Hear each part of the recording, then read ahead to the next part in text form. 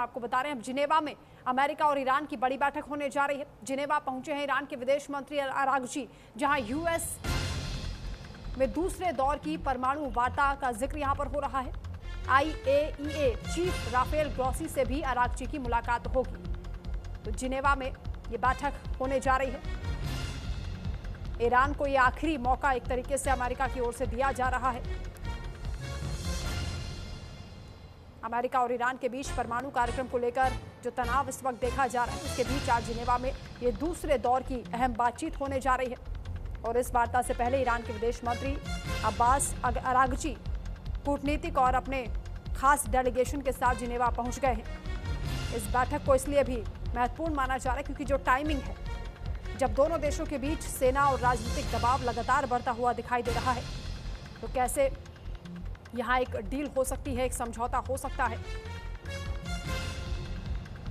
क्योंकि एक तरफ ओमान की मध्यस्थता में अप्रत्यक्ष रूप से यह वार्ता आयोजित की जा रही है, तो वॉशिंगटन की ओर से भी संकेत दिए गए हैं कि परमाणु कार्यक्रम के अलावा बैलिस्टिक मिसाइल और क्षेत्रीय सहयोगी समूहों से जुड़े मुद्दों को लेकर भी चर्चा में जिक्र हो सकता है। अमेरिका की ओर से यह पूरी कोशिश की जा रही है कि परमाणु समझौते को लेकर ईरान को मना लिया जाए, परमाणु कार्यक्रम को लेकर जो तनाव दिखाई दे रहा है उसे कम किया जा सके।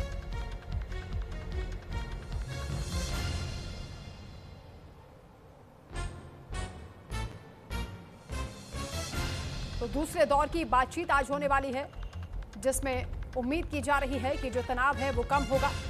रत्नेश जी हमारे साथ लगातार जुड़े हैं। रत्नेश जी, इस परमाणु कार्यक्रम को लेकर जो तनाव की स्थिति बनी हुई है, आज दूसरे दौर की वार्ता होने वाली है, क्या उम्मीद कर रहे हैं? देखिए, पहले दौर की बातचीत तो पूरी तरह विफल रही। जो मस्कट में हुई थी, ओमान की राजधानी में, पहले ये कतर में होने वाली थी, बाद में ओमान के मस्कट में हुई। लेकिन अब सारी उम्मीदें दूसरे दौर की बातचीत पर टिकी हुई है, जो जिनेवा में आज शुरू हो रही है। बहुत कुछ इस बातचीत के नतीजे पर निर्भर करेगा। प्रेसिडेंट ट्रंप ने ये बात कहा है कि वो चाहते हैं कि ईरान बातचीत करे, और ये भी उन्होंने कहा है कि ईरान के सामने बातचीत के अलावा और कोई रास्ता है नहीं, क्योंकि बातचीत फेल होने के नतीजे को वो भुगतना नहीं चाहेगा। अपरोक्ष रूप से वो ये कहना चाहते थे कि अगर बातचीत फेल होती है तो ईरान पर सैन्य कार्यवाही ये जरूर होगी। तो अब देखिए, ये बातचीत जो चल रही है, इसमें ईरान के विदेश मंत्री गए हैं, और भी प्रेसिडेंट ट्रंप ने यह भी कहा है कि वो इस बातचीत को लगातार मॉनिटर करेंगे।